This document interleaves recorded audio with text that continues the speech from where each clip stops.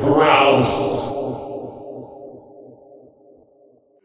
The shot that you're shooting west on Hazelton down towards the arch, Yeah. that is the most beautiful shot of Toronto Yeah. in the movies. It's shocking how many people don't know where that is, Right. and how many people think it's a digital effect. And well, we don't have an Arc de Triomphe in the city. And I was going, well, if we do, you just have to have a long lens and a bit of a dolly track and some lights, and it's there. Well, the first time I saw it in the film, I thought, did I doze off for a second and we're in Paris now? Yeah. Like that was my initial reaction, and I realized Yeah. then I realized exactly where Yeah. it was. It's Yeah.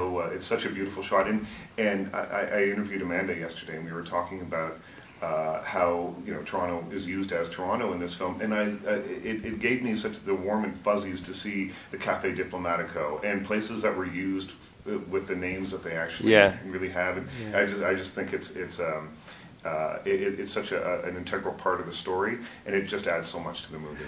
Well, it was a huge risk because the film was originally set in San Francisco, which is like the most romantic place in the world, and I had to keep, I was just so excited I would finally get to shoot a film in San Francisco until I realized I had seen every possible view of San Francisco, and my view would always be a touristic one, and I knew that there was a romance to the city I live in, and I wanted to show that off, and it just seemed like the right story to do that with. And fortunately, when I brought Ivan up, to kind of prove that to him, he reconnected to a city that he was raised in, but he got excited as well. I mean, the city has undergone a transformation in the past few years. So yes, you have the dips and the Rivolis, which have been there forever, but then you do have the new AGO, and you have the Alsop building, and that's an amazing kind of gesture. You have the Leafskin building. You have all these places that are new, and so the conservatory, and it was just great to be able to reintroduce someone like Ivan, who's also a director, into a place that he hadn't really looked at for a while. Well, Amanda really responded to it as well. She told me that nothing feels really authentic on a movie set, but this felt as real as anything she's ever done. And I think by using, real practical locations and not dressing them up, not doing too much to them. But also, here's the other thing, being like pioneers, being the first people to kind of explore these places at that level. So that I think that as an actress, she goes to shoot a film in the Greek islands.